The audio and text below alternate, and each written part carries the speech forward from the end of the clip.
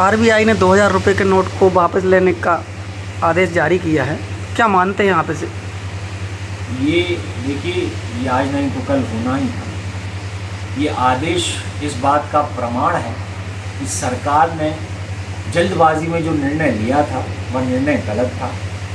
जब नोटबंदी के समय सरकार को ज़्यादा से ज़्यादा करेंसी सर्कुलेट करनी, तो उन्होंने एक बड़ी डिनोमिनेशन का नोट हमारी अर्थव्यवस्था में लेकर के आए।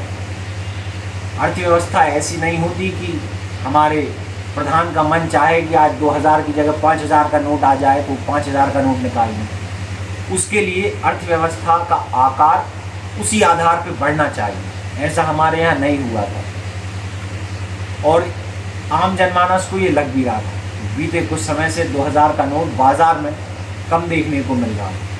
तो मैं ये मानता हूँ कि सरकार ने जो गलती की थी, सरकार का ये जो निर्णय है ये इसका परिचायक है कि उस समय हमने जल्दबाजी में जो कुछ किया था, अब हम उसकी सफाई करने जा रहे हैं, अब हम उसको ठीक करने जा रहे हैं। बाकी निर्णय तो उनका एकाधिकार है कोई भी निर्णय लेने का। निवेदन ज़रूर है कि जिन लोगों के पास भी नोट है, इसकी कीमत बहुत है, 2000 का एक नोट 2000 रुपये का, तो आप लोग जल्दी करें, बैंकों में जा कर के, यदि किसी के पास ये नोट हैं तो जाएं, जा कर के बदल लें। क्योंकि सरकार का भरोसा नहीं, सरकार लोगों के लिए नहीं सोचती। सरकार ये सोचती है कि हमने तो कह दिया और नोट बंद कर दिया, नफ़ा और नुकसान जो कुछ भी भोगना है वो जनता भोगती रहे।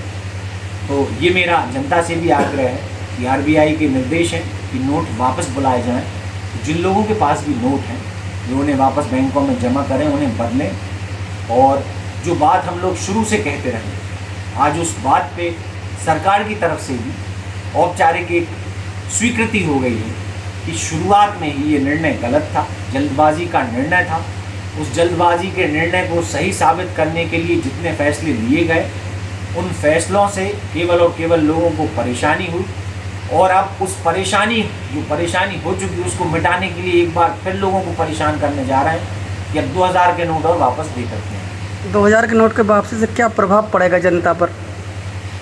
देखिए, वैसे तो जो हमारे देश की अर्थव्यवस्था है उसमें बहुत कम लोग ऐसे हैं जो 2000 रुपये के नोट रखते हैं, क्योंकि ये देश की जो आर्थिक स्थिति है सामान्य जनता की वो इस प्रकार से है कि ज़्यादा इतनी क्षमता नहीं होती कि लोगों के पास 2000 रुपये के नोट हों ही।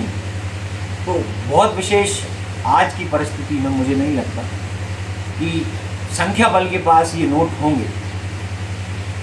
लेकिन बात यह है कि इस निर्णय के बाद लोगों के दिमाग में खलबली ज़रूर मचेगी। क्या पता आगे कौन सा नोट बंद हो जाएगा और सरकार किस प्रकार से आगे दोबारा लोगों को परेशान करने लग जाए। कहीं ये चुनावी रणनीति तो नहीं है 2000 का नोट वापस लेने की? निश्चित रूप से चुनावी रणनीति है ही।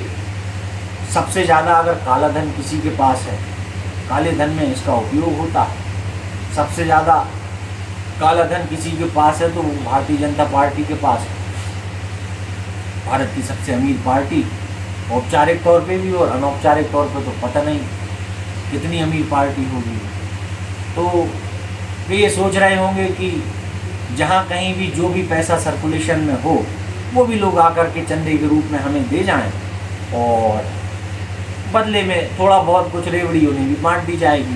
तो निश्चित रूप से सरकार की ये मंशा है कि हम इसके माध्यम से लोगों को परेशान करके दूसरों का सामर्थ्य, दूसरी राजनीतिक पार्टियों का सामर्थ्य घटा पाएँ और अपना आर्थिक सामर्थ्य बढ़ा पाएँ।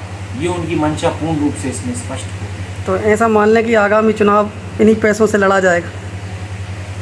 देखिए, उनका तो पूरा का पूरा आधार, जीत का आधार, केवल 2 आधार हैं उनके पास, एक भ्रम फैलाना और दूसरा पैसे का दुरुपयोग। इन दोनों ही आधारों पर वो अभी तक मुद्दों पर कभी भी चुनाव नहीं लड़ते, केवल भ्रम फैलाते हैं, भ्रामक जानकारियाँ देते हैं, लोगों को लड़वाते हैं और पैसे का भरपूर इस्तेमाल करते हैं। तो जो पैसा है उसका इस्तेमाल करते आए हैं। अब कर्नाटका में उन्हें थोड़ी सी मुँह की खानी पड़ी तो उन्हें लगा कि यार पैसों की विशेष आवश्यकता पड़ेगी, अब तक जो खर्च करते आए हैं उससे काम नहीं बनेगा। उसको देख करके ऐसे निर्णय लिए जा रहे हैं कि अतिरिक्त तैयारी की जाए लेकिन हमें विश्वास है कि जनता इन सब ढकोसलों में पड़ने वाली नहीं।